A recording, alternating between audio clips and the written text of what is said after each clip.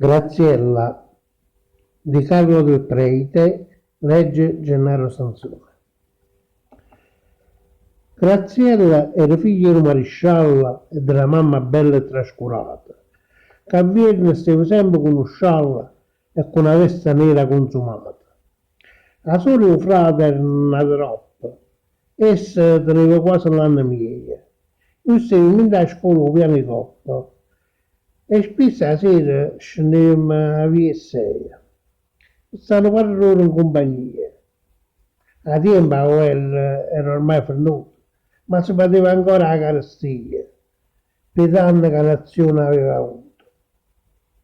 E i grossi chiacchieravano fra loro, Graziella e io passavamo a spartata. Pigliavo scatolone di tesoro, pazziere vecchie e bambole scassate, e la fantasia ci faceva lontano. Forse era amore farci un sorriso o accarezzare casualmente la mano, guardandoci dall'occhio all'improvviso.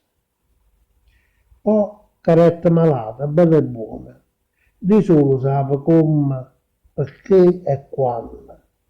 Savetta fa una brutta operazione, moretta solamente 16 anni.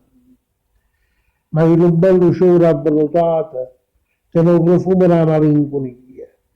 Ancora mo, ormai tutto è passato e la rinchiusa in questa poesia.